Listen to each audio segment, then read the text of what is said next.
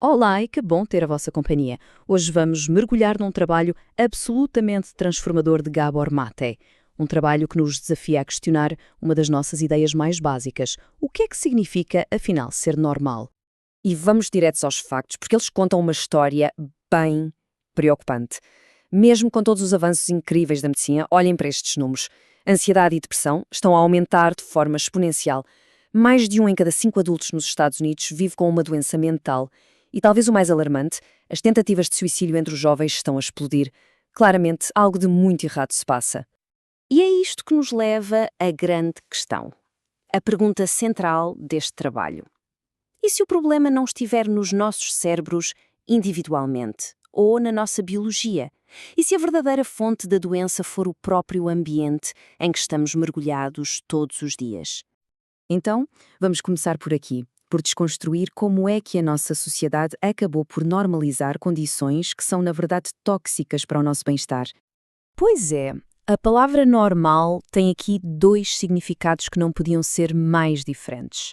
Para a medicina, ser normal é o objetivo, é um estado de saúde, mas na nossa cultura, normal passou a significar outra coisa. Significa habituar-nos a um ambiente que nos adoece. Quer dizer, a nossa linha de base, o nosso ponto de partida, tornou-se tóxico. E esta citação mostra um paradoxo incrível, não é? Com toda a tecnologia, todo o conhecimento que temos, não estamos a ficar mais saudáveis.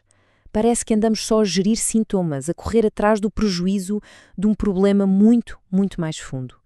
E isso sugere que, se calhar, toda a nossa abordagem está errada. Mas como é que este problema se manifesta fisicamente? É aqui que as coisas ficam fascinantes. Vamos entrar na análise da ligação inseparável entre a mente e o corpo. A ideia central é esta e é crucial.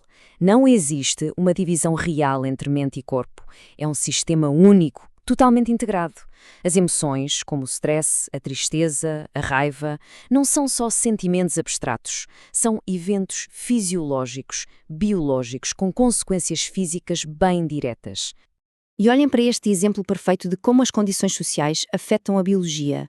Entre 70% e 80% das pessoas com doenças autoimunes são mulheres. Esta disparidade é brutal e não pode ser explicada apenas pela genética. Aponta diretamente para os papéis, as pressões sociais que as mulheres enfrentam de uma forma completamente desproporcional. E este quadro é quase assustador. Ele liga aos pontos de uma forma muito clara, características que a nossa cultura muitas vezes até elogia, não é? Ser simpático demais, nunca dizer não, reprimir a raiva, pôr sempre os outros em primeiro lugar. Estão diretamente ligadas a algumas das doenças mais devastadoras que existem. O corpo, literalmente, começa a atacar-se a si mesmo. Certo. Então, qual é a raiz deste stress todo, deste padrão? Mata argumenta que tudo se resume a uma palavra: trauma. Mas, preparem-se, porque a definição dele de trauma vai muito provavelmente mudar a forma como se pensa sobre o assunto.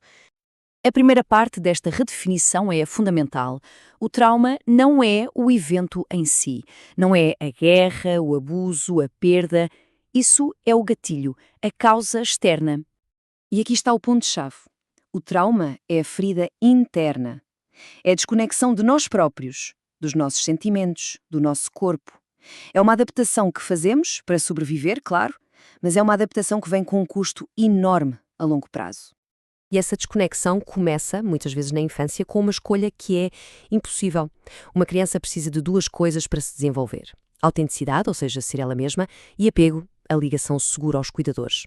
Mas o que acontece se os sentimentos autênticos da criança ameaçarem essa ligação? Bem, para sobreviver, o apego ganha sempre, a autenticidade é sacrificada. E é isto que leva ao desenvolvimento destes traços de personalidade. Mas atenção, isto é muito importante. Não são falhas de caráter. São, na verdade, estratégias de sobrevivência. São adaptações que uma criança desenvolveu para manter aquela ligação vital a todo custo, mesmo que o custo seja perder a ligação a si mesma. Agora, vamos ampliar o foco, porque esta desconexão interna não acontece numa bolha. Vamos ver como todo o nosso sistema socioeconómico não só permite isto, como, na verdade, o incentiva ativamente. Esta citação de Warren Buffett é usada para enraizar o argumento na realidade. A alienação, o stress, a desconexão não são apenas fenómenos psicológicos. estão profundamente ligados a realidades económicas, à desigualdade, à perda de controle que a vasta maioria das pessoas sente. E esta ideia do Milton Friedman, bem, ela resume a ideologia que moldou o nosso mundo moderno. Quando a única responsabilidade social é o lucro, o que acontece à saúde humana e à ligação entre as pessoas e ao ambiente tornam-se, na melhor das hipóteses, secundários. E a conclusão, baseada na análise do jurista Joël Bacon, é, no mínimo, chocante. Se avaliarmos as corporações modernas pelos critérios de diagnóstico de saúde mental, muitas delas comportam-se como psicopatas. O sistema, obcecado pelo lucro, está basicamente programado para ignorar o mal que causa. Mas, e ainda bem, a análise não termina em desespero. Conclui com um caminho poderoso, um caminho de esperança para a cura, que refine por completo o que significa estarmos inteiros. E esta perspectiva muda tudo. A cura deixa de ser uma batalha contra uma falha ou uma doença. Torna-se um processo de redescoberta. É como se estivéssemos a remover as camadas de adaptação e trauma para nos reconectarmos com o nosso eu autêntico, que esteve sempre lá, por baixo de tudo. E como é que se faz essa jornada? Bem, aqui ficam alguns passos práticos. Primeiro, trata-se de ouvir o corpo com curiosidade, sem julgamento. Depois, permitir-nos sentir a raiva saudável que serve para proteger os nossos limites. Também é sobre reconhecer que as nossas crenças negativas sobre nós não são factos, são só histórias. E, por fim, é sobre fazer a escolha, consciente, de ser autêntico, em vez de continuar a adaptar-se. A história desta paciente, a Júlia, ilustra isto de uma forma tão bonita. Em vez de ver a sua doença como uma inimiga, ela aprendeu a vê-la como uma mensageira. Um sinal do corpo dela a dizer que havia uma raiva profunda, não processada, que precisava de ser ouvida. A doença dela tornou-se a sua professora. E é com esta pergunta que terminamos. Uma pergunta que nos convida a todos a mudar a perspectiva do medo para a curiosidade. O que aconteceria se passássemos a ouvir os nossos sintomas, tanto físicos como emocionais, não como falhas a corrigir, mas como mensagens do nosso eu mais profundo, a guiar-nos de volta à casa, de volta à totalidade? A resposta pode muito bem ser o início de uma cura verdadeira.